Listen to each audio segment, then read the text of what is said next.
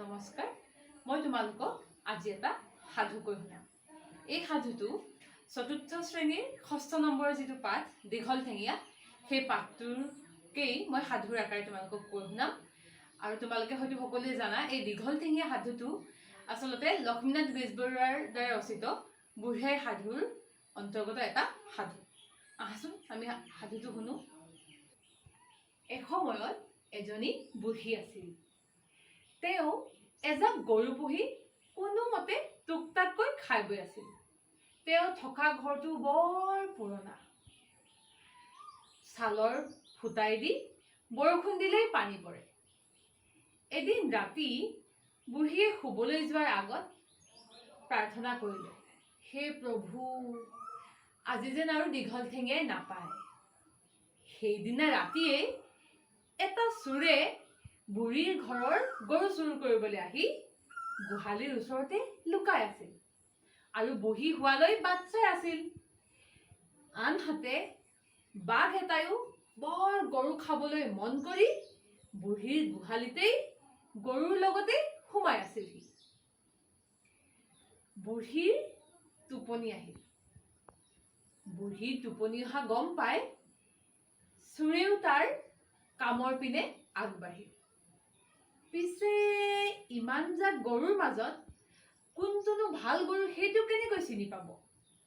তাকে ভাবি চোৰে এটা বুদ্ধি উলিয়ালে। তেওঁ প্ৰত্যেকটো গৰুৰ টিকাতেই হাত দি চাব আৰু যিটোৱে জাপ মাৰি উঠিব তাকেই চোৰে লৈ যাব। এই ভাবি তেওঁ এটা এটাকৈ গৰুবিলাকৰ টিকাত হাত দি চাবলৈ ধৰিলে। এনেকৈ গৈ থাকোতে চোৰে গৈ গৈ বাঘৰ টিকাতে হাত দিলে। বাঘেও কিবা এটাই চোৱাৰ উমান পাই জাপ মাৰি উঠিল। চোৰে ভাবিল, এইটোৱেই ঠিক গৰু হ'ব। এই বুলি চোৰে বাঘৰ নেগুৰ পকাই ধৰিলে। বাঘে ভাবিলে, এয়া মোক ঠিক বুঢ়ীয়ে কোৱা সেই দীঘল ঠেঙীয়াই পাইছে। সেয়ে সি ভয়তে লৰ মাৰিবলৈ ওলাল। চোৰেও এৰি দিয়া ভকত নহয়। সেয়ে চোৰে বাঘৰ পিঠিতে উঠি ল'লে। বাঘে বৰ ভয় খাবলৈ ধৰিলে।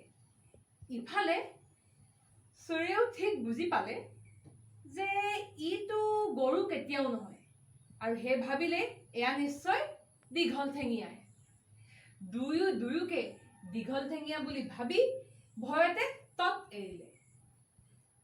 আৰু বাঘক ৰখাব নোৱাৰি চোৰে এইবাৰ বাঘৰ ডিঙিত বৰ জোৰে ধৰিলে। বাঘে ভাবিলে এইটো দীঘল ঠেঙীয়া নহয়, ই আচলতে ঘাৰ মুকুটোৱাহে। এই বুলি বাঘে হাবিলৈ লৰ দিলে। চোৰেও এৰি দিয়া ভকত নহয় আৰু সেয়ে এইবাৰ পুনৰ নেগুৰ পকাই ধৰিলে।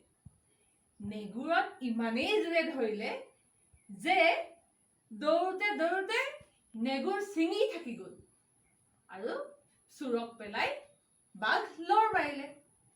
বাঘে ভাবিলে তেওঁক আচলতে ঘাৰ মুকুটোৱাইও নহয়, পেপা কঢ়াইহে পাইছিল। ইফালে আধা ৰাতি হাবিৰ মাজত তেওঁ আৰু ওলাই অহাৰ কথা চিন্তা নকৰিলে। সেয়ে চোৰে এজোপা ওখ গছ চাই তাতেই ৰৈ থাকিল। ইফালে বাঘে হাবিত সোমাই গোটেই লগৰীয়াবোৰক পেপা কঢ়াই পোৱাৰ কথা ব্যক্ত কৰিলে। লগৰীয়াবোৰে ভাবি গুণি ক'লে, এইটো বৰ লাজৰ কথা হৈছে। এনেকৈ হ'লে পেপা কঢ়াই এইবাৰ নেগুৰডালহে পাইছে। ইয়াৰ পিছত সিহঁতে আৰু বেছি অপমান পাব লগা হ'ব পাৰে। গতিকে সকলোৱে মিলি পেপা কঢ়াক এশিকনি দিয়াৰ কথা ঠিক কৰিলে আৰু সেয়ে সকলো পেপা কঢ়াক বিচাৰি ওলালে। প্ৰায় দুকুৰিমান বাঘে আহি গোটেই হাবিখন চলাথ কৰিলে। প্ৰথমতে দেখা নাছিল যদিও এটা বাঘে চোৰক এজোপা ওখ গছত উঠি থকা দেখিলে। হাইটো পেপা কঢ়া। এই কথা শুনি বাকী গোটেই জাকে দৌৰি আহি গছজোপাৰ তল পালেহি।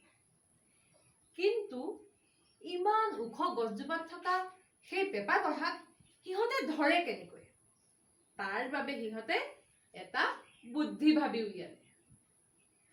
সিহঁতে এটাৰ পিঠিত এটা, তাৰ ওপৰত আন এটা, তাৰ ওপৰত আন এটা উঠি চোৰৰ ওচৰত পাওঁ পাওঁ হ'ল। চোৰে ভাবিলে, সৰ্বনাশ, এইবাৰ আৰু মই বিপাঙতে মৰিম। কিন্তু তৎক্ষণাৎ চোৰেও এটা বুদ্ধি উলিয়ালে।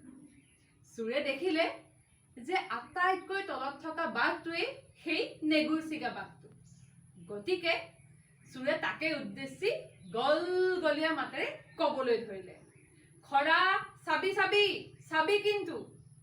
এই বুলি কলত নেগুৰচিঙা খৰা বাঘে ভাবিলে, আটাইবোৰকে এৰি পেপা কঢ়াইনো মোক আকৌ ধৰিব লাগেনে? এই ভয়তে সি হাবিলৈ লৰ দিলে। আৰু সি লৰ দিলত ওপৰত উঠি থকা আটাইকেইটা বাঘ থল থলকৈ তলত সৰি পৰিল। সিহঁতেও ভয় খাই ভাবিলে, পেপা কঢ়াই আজি আমাকো পালে। এই ভয়তে তৰা নৰা চাগি সকলোখিনি হাবিলৈ লৰ দিলে। চোৰে ৰাতিটো গছতে থাকি পুৱাতে ঘৰলৈ গুচি আহিল। আৰু তেতিয়াৰ পৰা সি শপত খালে যে সি আৰু কেতিয়াও চুৰ নকৰে।